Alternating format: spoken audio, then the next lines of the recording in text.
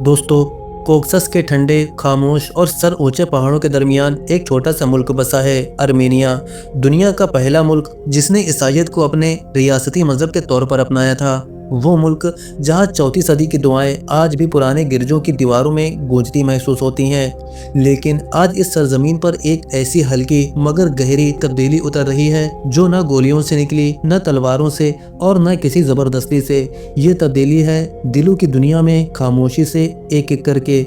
और ताज्जुब की बात यह है कि हजारों आर्मीनियन दबे दबे लफ्जों में शहादा पढ़ने लगे हैं। ना हंगामा, ना जबरदस्ती, सिर्फ तलाश, सिर्फ सच्ची तलाश।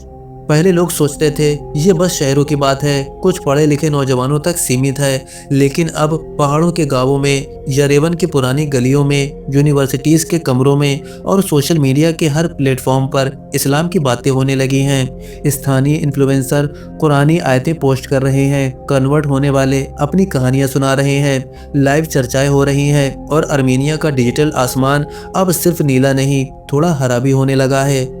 दोस्तों, कुछ साल पहले तक अर्मेनिया के शहरों में सिर्फ चर्चों की घंटियां सुनाई देती थीं, लेकिन आज बिल्कुल नरम, धीरे धीरे अजान की सदाएं भी उठने लगी हैं। यरेवन, जिसे लोग उसकी सोवियत इमारतों और सदियों पुराने गिरजों के लिए जानते थे, अब अपने नक्शे में नया रंग जोड़ रहा है। मस्जिदों का रंग एक दो नहीं, दर्जनों। किसी की बुनियाद न्यू रखी गई, किसी को पुराने छोड़े हुए मकान से नया रूप दिया गया। छोटी छोटी सफेद और हरी गुंबदें अब क्रॉस और घंटियों के साथ खड़ी नजर आने लगी हैं। एक आर्मीनियन शख्स अरमान कहता है, मैं रोज इस रास्ते से गुजरता था, यहाँ एक टूटी बिल्डिंग थी, आज मस्जिद है। मैं देखने आया था लेकिन पता नहीं क्यों अंदर चला गया और वहाँ मुझे सुकून मिला। ये सिर्फ इबादत गाहें नहीं, नए कम्युनिटी सेंटर बन गए हैं जहाँ बच्चे अरबी हर्फ सीखते हैं, नौजवान मजहबी बातें करते हैं और बड़े रूहानी सुकून तलाशते हैं। सबसे हैरानी की बात, ये मस्जिदें किसी बड़ी बाहरी तंजीम ने नहीं बनवाई, ये लोगों ने खुद मिलकर बनवाई हैं। दिलीजन हो, बना जोर हो, छोटे सादे शांत शहर जहां अक्सर टूरिस्ट भी ना जाते हों, वहां भी छोटी छोटी मस्जिदें बन गई हैं। कई जगहों पर तो ईसाई पड़ोसी भी चंदा दे रहे हैं, सिर्फ रोहब में नहीं बल्कि बैरागी, मोहब्बत और जिज्ञासा की वजह से। ये सिर्फ मजहबी तब्दीली नहीं, ये एक सामाजिक इनकलाब है, बिना लड़ाई, बिना शोर शराबे के। लेकिन दोस्तों, जहां मस्जिदों का रौनक बढ़ रहा है, वहीं चर्चों में एक अजीब सी खामोशी बसने लगी है। एचमियाद-जिन कैथेड्रल आर्मीनियन ईसाईयत का दिल माना जाता है, लेकिन जहाँ कभी जगह नहीं मिलती थी, आज वहाँ सिर्फ 5-6 लोग ही बैठते हैं। बहुत से छोटे चर्च खुलना कम हो गए, कुछ आर्ट गैलरी बन गए, कुछ बंद पड़े, कुछ बिकने पर मजबूर हैं। और ये नज़ारा पुरानी नस्ल के लोगों के लिए दिल तोड़ देने वाला है। एक बुजुर्ग नन कहती है, पहले फ्रंट में बैठना हो तो जल्दी आना पड़ता था, अब जहाँ बैठो वही खाली है। एक पादरी कहता है, हम इस्लाम से नफरत नहीं करते, लेकिन सोचते हैं कि क्या हमने नई पीढ़ी को खो दिया। फिर भी दोनों मजहबों में अजीब सी मोहब्बत मौजूद है। कुछ इलाकों में इमाम और पादरी एक दूसरे से मिलने जाते हैं, कुछ मुस्लिम कन्वर्ट वही चर्च साफ करते हैं जहां कभी वो दुआ करते थे, एहतराम के तौर पर। लेकिन दिल में एक बेआवाज सा डर भी बैठा था, क्या ये को एग्जिस्टेंस हमेशा रहेगा या ये बदलाव बहुत दूर तक जाएगा। अर्मेनिया अब किस राह पर है? कई लोग कहते हैं ये रूह का सफर है, लोग तलाश में हैं और उन्हें नए जवाब मिल रहे हैं।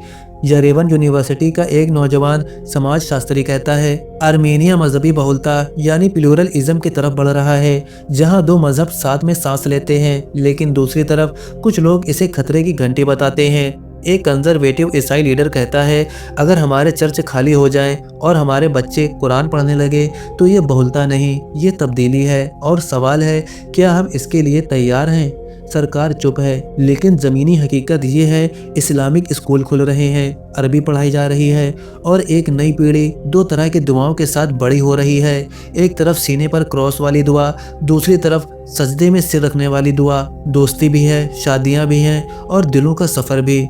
तो आखिर अर्मेनिया जा किस तरफ रहा है? क्या अर्मेनिया दुनिया का पहला ईसाई मुल्क अब अपनी आंखें मक्का की तरफ उठाने लगा है? क्या ये अमन का दौर होगा या दिलों में छुपे हुए जख्मों का? दोस्तों, ये आने वाला वक्त बताएगा। लेकिन एक बात तय है, अर्मेनिया अपनी नई तारीख लिख रहा है। ऐसी तारीख जो सिर्फ स्याही से नहीं बल्कि आंसुओं, तकबीर और घंटियों की आवाज से लिखी जा रही है, जहां अजान और घंटियां एक ही आसमान के नीचे गूंज रही हैं। दोस्तों, आर्मेनिया की ये बदलती कहानी सिर्फ एक मुल्क की कहानी नहीं, ये इंसान के दिल के तलाश, उसकी रूह की पुकार और सच की खोज का सफर है।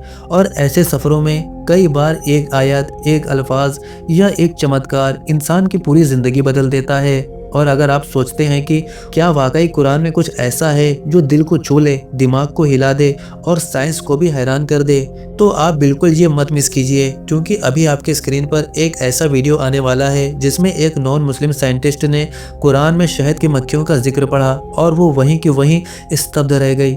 जी हाँ, सूरह अन-नहल की वो आयतें जिन्हें आज की मॉडर्न साइंस भी हूबहू एक्सप्लेन करती हैं। ये सिर्फ जानकारी नहीं, एक रूहानी झटका है। अगर आर्मेनिया की कहानी ने आपके अंदर कोई हलचल पैदा की है, तो अगले वीडियो में आपको उससे 10 गुना बड़ा चमत्कार दिखेगा। दोस्तों, एंड स्क्रीन पर जो वीडियो नजर आ रही है उस पर अभी क्लिक कीजिए, क्योंकि यकीन मानिए वो वीडियो आपकी सोच की दिशा हमेशा के लिए बदल देगा। वीडियो को लाइक, शेयर और चैनल को सब्सक्राइब जरूर करिए।